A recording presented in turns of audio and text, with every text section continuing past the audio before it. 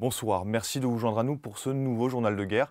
Au 142e jour de la guerre entre le Hamas et Israël, voici les principaux faits qu'il fallait retenir de la journée à 19h30.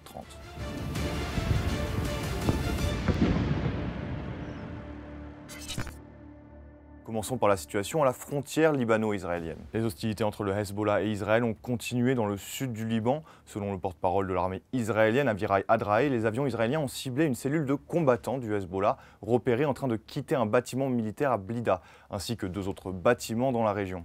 Plus tard dans la journée, le ministre israélien de la Défense Yoav Gallant a renouvelé ses menaces contre le Liban, déclarant que son pays continuera à attaquer au Liban indépendamment de ce qui se passe à Gaza. De son côté, le Hezbollah a déclaré avoir ciblé un rassemblement de soldats près des casernes de Ramim, puis des casernes de Zabtin dans les fermes de Sheba, avec deux missiles Falak 1, qui ont atteint leur cible directement. Les bombardements israéliens ont également visé plusieurs zones, dont Kfar Hamam, Rashaya al-Fahad, Markaba, Haïta al-Shab, Kfar Shuba et Blida, où un combattant du Hezbollah a été tué. Les médias israéliens ont rapporté de leur côté que le Hezbollah a visé des positions militaires israéliennes à Kiryat Shmona, provoquant l'évacuation de résidents. A noter que le Hezbollah a annoncé avoir perdu deux combattants dans des frappes aériennes dans la ville syrienne d'Al-Qusay ce matin, une ville proche de Homs, proche de la frontière libanaise également.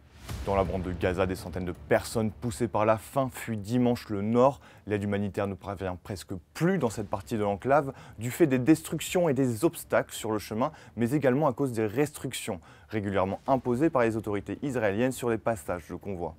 Les frappes se sont aussi poursuivies dans la nuit dans le territoire palestinien, notamment à Khan Younes dans le sud, mais aussi à Beth Lahia et Zeytoun dans le nord.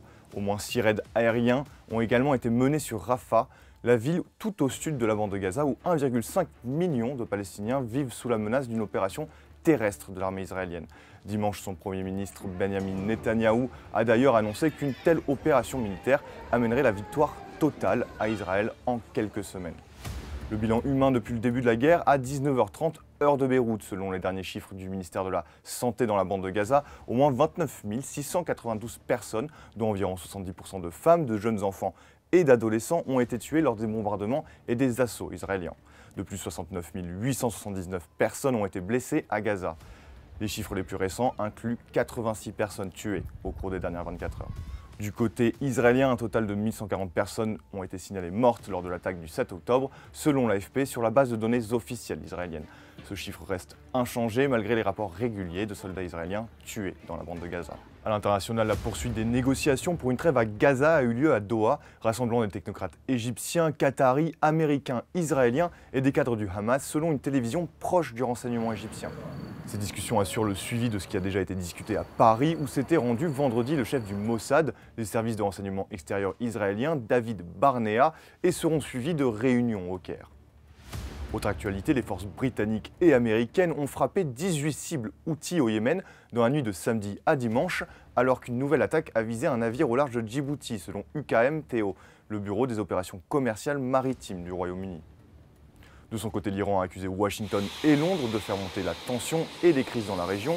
À travers le porte-parole du ministère iranien des Affaires étrangères, Nasser Kanani, Téhéran met en garde les États-Unis et le Royaume-Uni que, je cite, ce type d'opération militaire arbitraire et agressive, hormis l'aggravation de l'insécurité et de l'instabilité dans la région, n'apportera rien à ces pays agresseurs.